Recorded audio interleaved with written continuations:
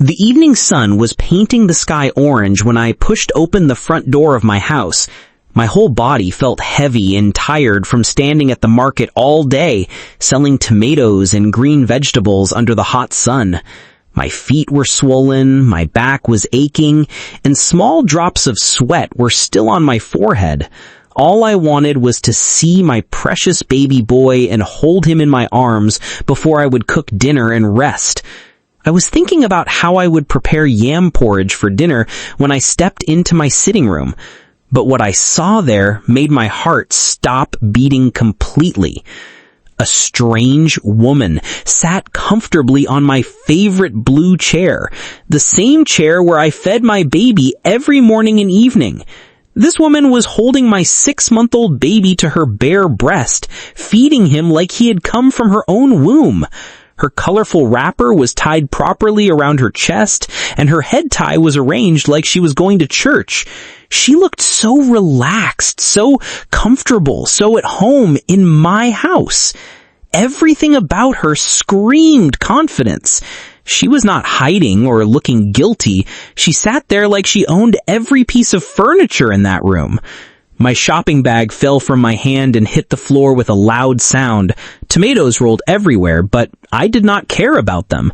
The woman slowly lifted her head and looked at me. Then she smiled. Not a guilty smile like someone who had been caught doing something wrong. Not a sorry smile like someone who wanted forgiveness.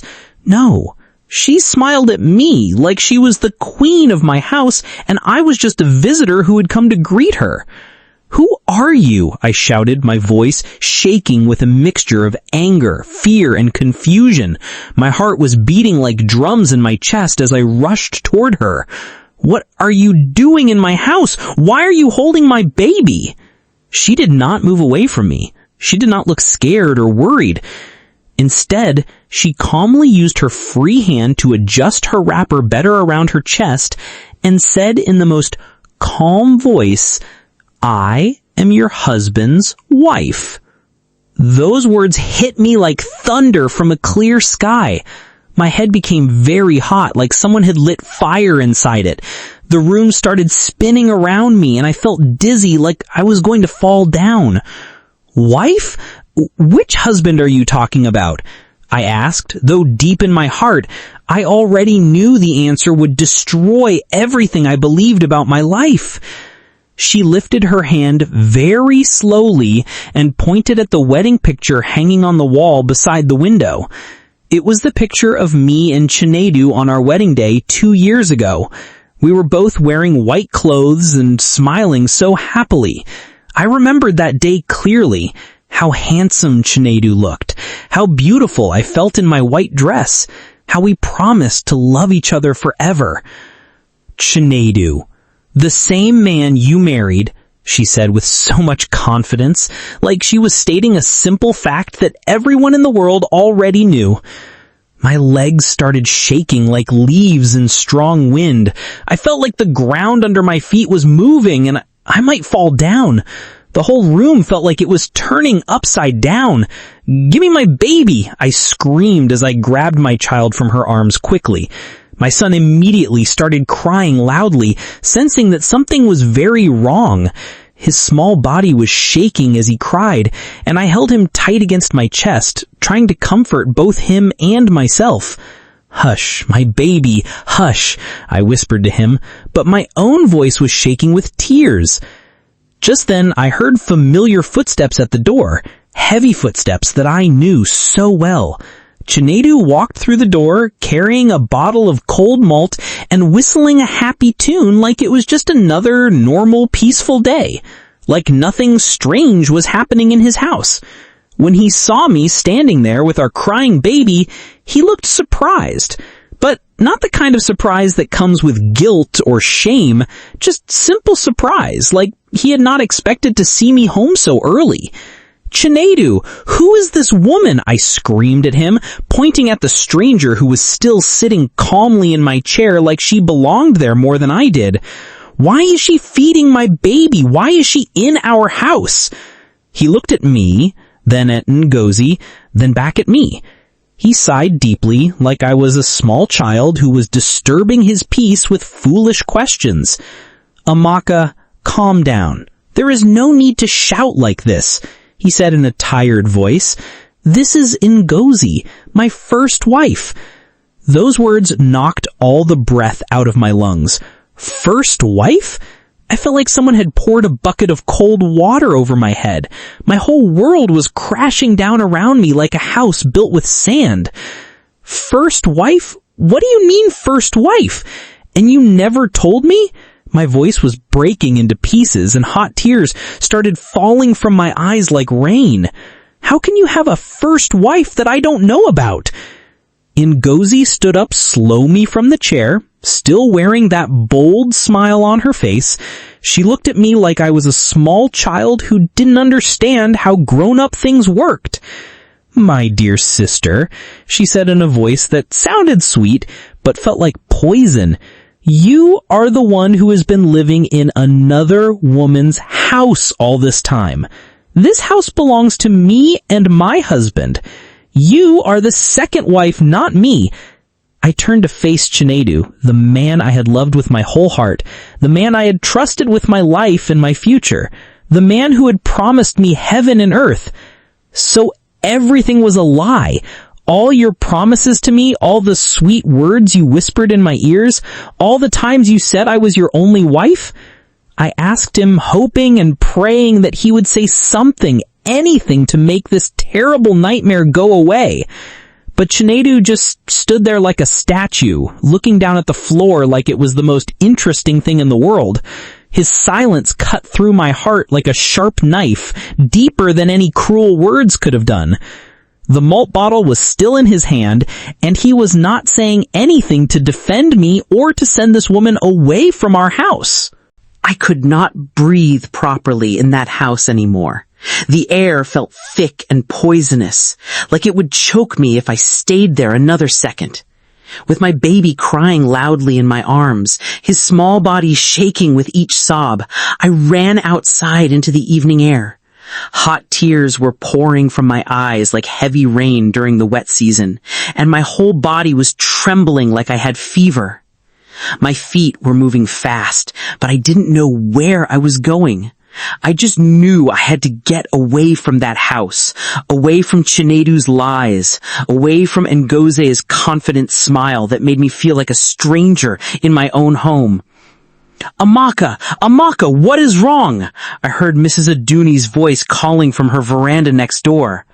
The sound of my baby crying and my own loud sobbing had drawn attention from everyone around me. Mrs. Aduna came running toward me, her wrapper loosely tied around her waist, like she had been preparing dinner when she heard the commotion. Behind her came Brother Tunde, the bicycle repairman who lived 3 houses away, still holding a spanner in his oily hands. Even the small children who usually played football in the street stopped their game and gathered around me with curious eyes. Soon, almost the whole street was standing in a circle around me, everyone talking at once, asking questions, trying to understand what had happened to the quiet woman they knew. "Amaka! Amaka, what is wrong?" Mrs. Aduni's voice asked gently, putting her soft hand on my shaking shoulder. Her voice was full of worry and motherly care. I tried to speak, but only more tears came out. My throat felt blocked, like something heavy was sitting on it. I was crying so much that words could not come out properly. But I managed to lift my shaking hand and point toward my house, where Chinedu and Ngozi were now standing by the door like they were watching a free movie. Ngozi had even folded her arms across her chest and was looking at all of us with that same bold smile. Chinedu looked uncomfortable, but he was not saying anything to send her away. That woman, I managed to say between my heavy tears, my voice breaking like a damaged radio. She says she is Chinedu's first wife. She was in my house, feeding my baby like she owns everything. The neighbors' faces changed completely when they heard those words. Mrs. Aduni's mouth opened wide with shock. Brother Tunde's face became very angry, and he shook his head from side to side like he couldn't believe what he was hearing. What? First wife? But we all saw when you and Chinedu got married. We were all at your wedding. We danced and ate rice and chicken. Chinedu, is this true? Brother Tunde shouted toward the house, his voice full of anger. People started whispering among themselves, their voices getting louder and more angry. I heard words like deceiver, wicked man, liar, and heartbreaker floating in the air around me. Some of the women were shaking their heads and clicking their tongues in disapproval. The men were frowning and looking at Chinedu like he was a thief who had been caught stealing from the market. This is not good at all, said Mama Kimmy, the old woman who sold provisions at the corner of our street. How can a man do such a thing to an innocent girl? And with a baby, too. This is wickedness.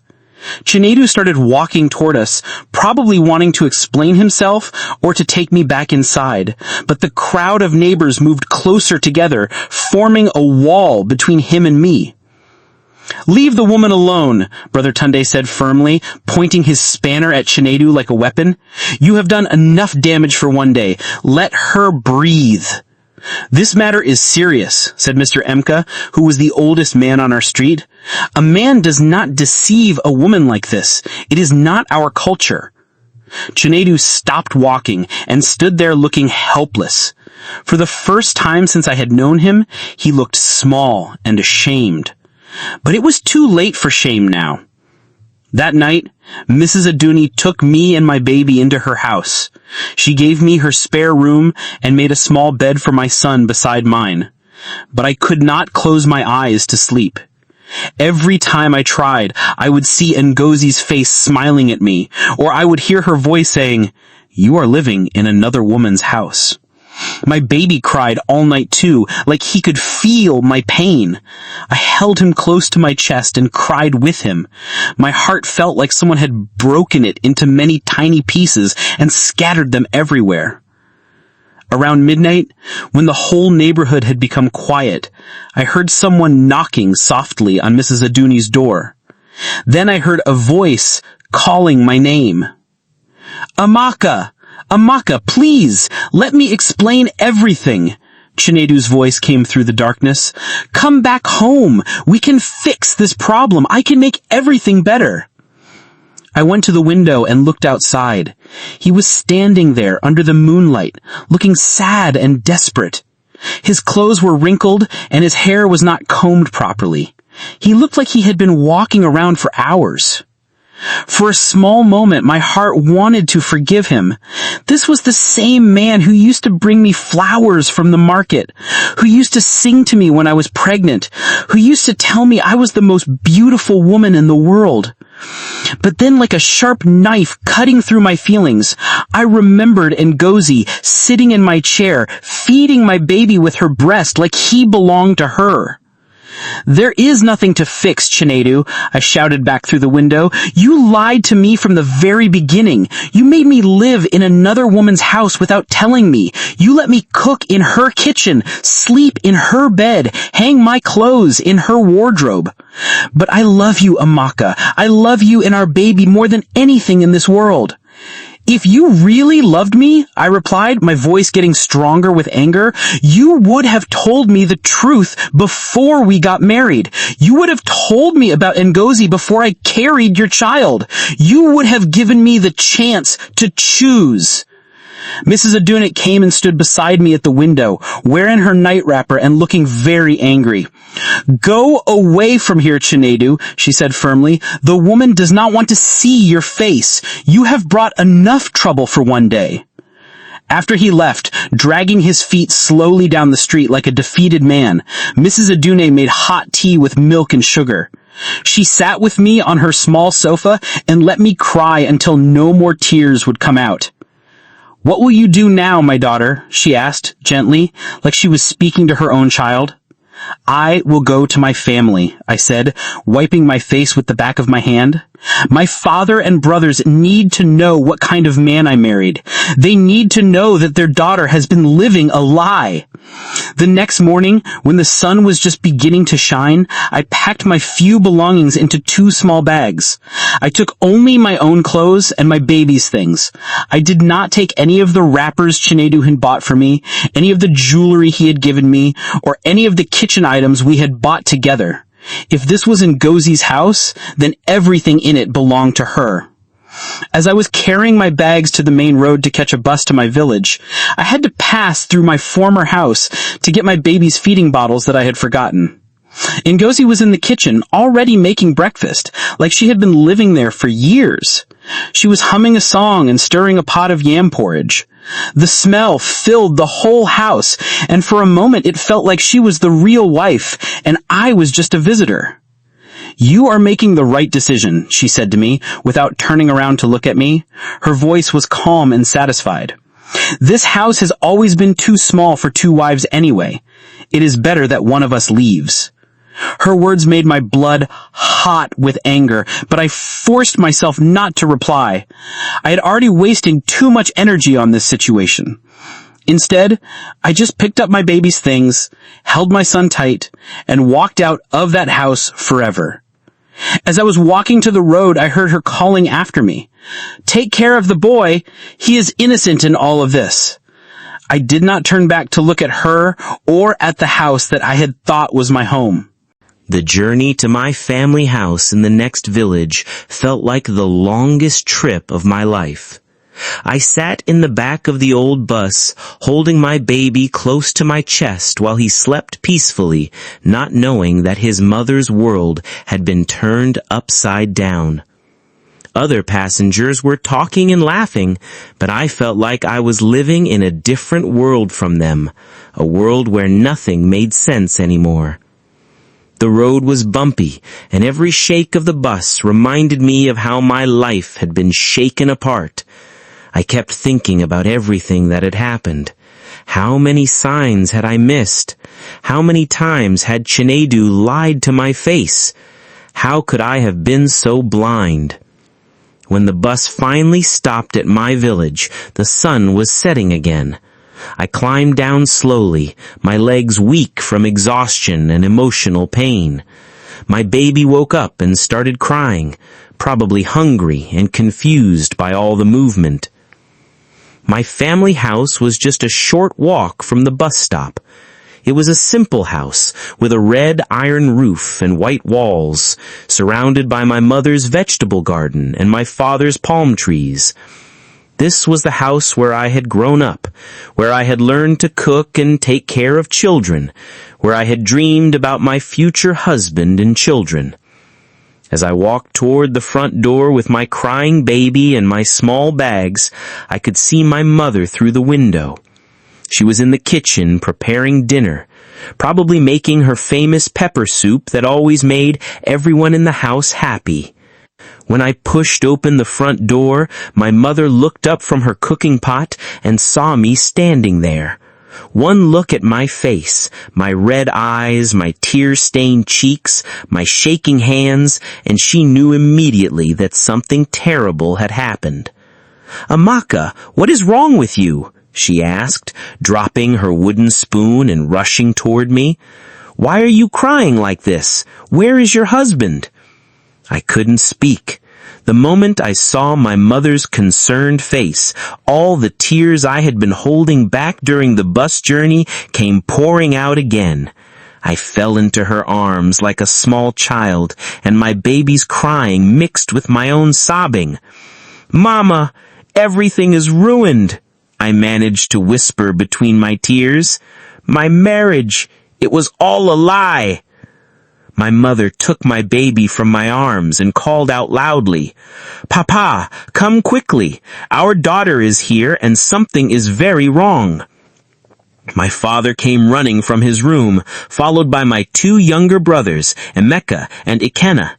When they saw me crying and shaking, their faces became very serious. "Sit down, my daughter," my father said gently, guiding me to his favorite chair. "Tell us everything that happened." So I sat there in my family sitting room, the same room where Chinedu had come 2 years ago to ask for my hand in marriage, and I told them everything. About finding Ngozi in my house, about her feeding my baby like he was her own child, about her telling me that I was living in another woman's house, about Chinedu's silence when I asked him to explain. As I spoke, my father's face became darker and angrier. My mother kept shaking her head and saying, "Tufiakwa, God forbid." My brothers were clenching their fists like they wanted to fight someone. "This boy has brought great shame to our family," my father said, hitting his hand hard on the wooden table beside his chair. "He came here, knelt down in front of me, promised to take care of you, promised to love only you, and then he did this wicked thing." "Papa, we must call him here immediately," my eldest brother, Amaka, said, his voice full of anger. "He cannot treat our sister like this and think he will go free." My mother was walking back and forth in the room, her wrapper swishing with each angry step. How can a man be so heartless to let his wife find out about his first wife in such a terrible way, and with a small baby too? "We will make him choose," my father declared. "Either he sends away this Ngozi woman and stays with our daughter as her only husband, or he leaves our daughter alone completely and goes with Ngozi. He cannot eat his cake and have it the same time." 2 days later, after my father had sent messages through various people, Chinedu came to our family house.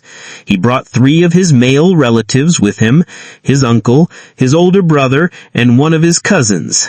They all looked uncomfortable and ashamed as they sat in our sitting room. Chinedu himself looked terrible. His eyes were red, like he had not been sleeping. His clothes were wrinkled, and he kept looking down at the floor instead of meeting anyone's eyes. This was not the confident, charming man who had swept me off my feet 3 years ago. My father, wearing his best agbada and looking very dignified, spoke first. His voice was calm, but very serious, like a judge in court. "Young man, you have disrespected our family and our daughter in the worst possible way. You deceived her into marrying you without telling her about your first wife. This is not the behavior of an honorable man." Chinedu shifted uncomfortably in his seat and tried to speak. "Papa, I wanted to tell her about Ngozi, but I was afraid she would leave me. I love both of them very much. I thought I could make both marriages work if I tried hard enough." The room became very quiet. Even the birds outside stopped singing. "Love, you call this love? Love does not build itself on lies and deception. Love does not hide important truths from the person you claim to care about." My brother Ikenna stood up, his young face red with fury. "You made our sister live like a fool in another woman's house. You let her cook in another woman's kitchen, sleep in another woman's bed, and bear your child thinking she was your only wife." Chinedu's uncle tried to calm the situation. "Please let us all be peaceful about this matter. The boy made a mistake, but we can find a solution." "Mistake?" My father's voice became louder. "This was not a mistake. This was a deliberate plan to deceive an innocent girl." Then my father stood up and delivered his final judgment. "Chinedu, you must choose today. Either you send away this Ngozi woman permanently and stay with our daughter as her only husband, or you leave our daughter alone forever and go with Ngozi. You cannot have both women. Choose now." The room became so silent that I could hear my own heartbeat. Everyone was looking at Chinedu, waiting for his answer. I found myself holding my breath, part of me still hoping that he would choose me and our baby, that he would fight for our marriage. But after what felt like a very long time, Chinedu lifted his head and spoke quietly. Ngozi was my wife first. She has been with me for 5 years, before I even met Amaka. I cannot send her away now. She has nowhere else to go, and it would not be fair to her. Those words felt like someone had stabbed me in the heart with a sharp knife. After everything we had shared, after carrying his child for 9 months, after all his promises and sweet words, he was choosing the other woman. My father nodded slowly, like he had expected this answer. Then it is completely finished between you and our daughter. You will never disturb her again, and you will never step foot in this house again. But you will take full responsibility for your child, whether you are with his mother or not. 3 months have passed since that painful day in my father's sitting room. People in my village ask me many questions. They ask if I regret leaving Chinedu. They ask if I wish I had stayed and accepted being a second wife. They ask if I think I was too proud or too stubborn. My answer is always the same. No. Yes, it hurt more than anything I have ever experienced when he chose Ngozi over me and our baby. Yes, there are still nights when I lie awake crying and wishing that things had turned out differently. But I have learned something very important about myself and about life. I learned that I cannot build my happiness on lies and deception. I learned that I cannot share my husband with another woman, especially one who was there before me and who considers me an intruder in her marriage. I learned that I cannot live in a house where I am not truly wanted or respected.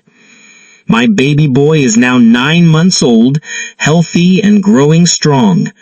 He has learned to sit up by himself, and he laughs when I make funny faces at him. I have started a small business in the village, selling ground nuts, palm oil, and bitter leaf that I buy from the local farmers and sell at the weekly market. It is not easy work, but it is honest work, and I am proud of every penny I earn. My family has been my greatest support. My mother helps me take care of the baby